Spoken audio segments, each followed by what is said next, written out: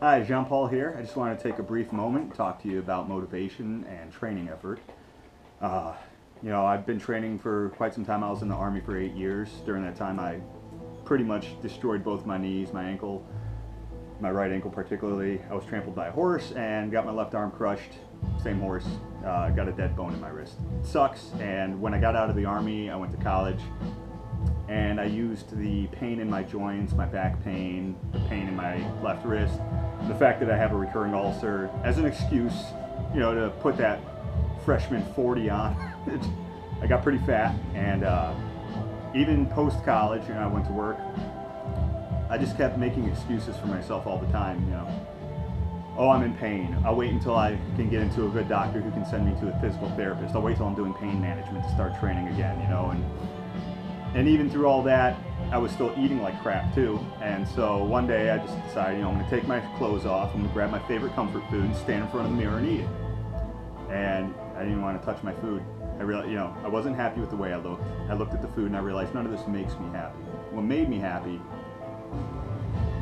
was when I was younger and I could feel the wind breaking off my body as I flew through the streets of DC.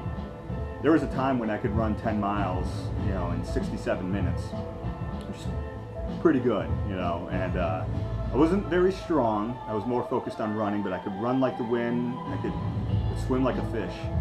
And as I got older, I got more interested in strength training, and I remember towards the end of my Army career, I'd gotten really involved in strength training with a friend of mine, and I remember just being so strong and having endurance for hours, and that made me happy, being fast, being strong, having high stamina.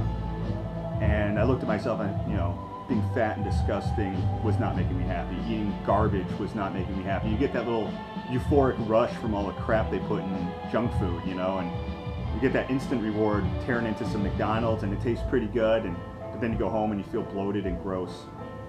And I started thinking, I don't want these little short bursts of happiness that cost money and health. I want my long-term happiness back. I want that feeling of knowing if I wanted to go run 6 to 10 miles, I could just do it. I didn't have to worry about whether I'd hydrated enough or if I had ibuprofen on hand to manage the pain in my joints from all the extra weight I was carrying around my waist.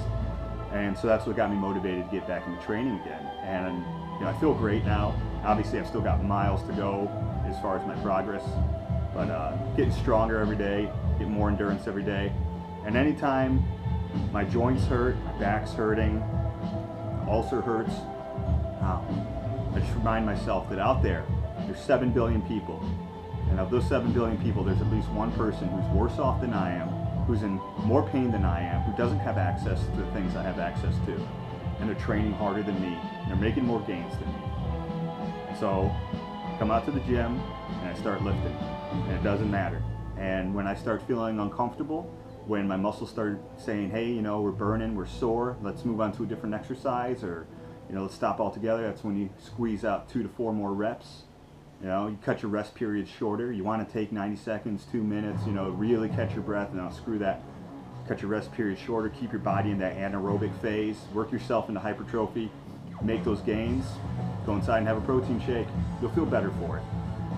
So, I know I tended to ramble on there.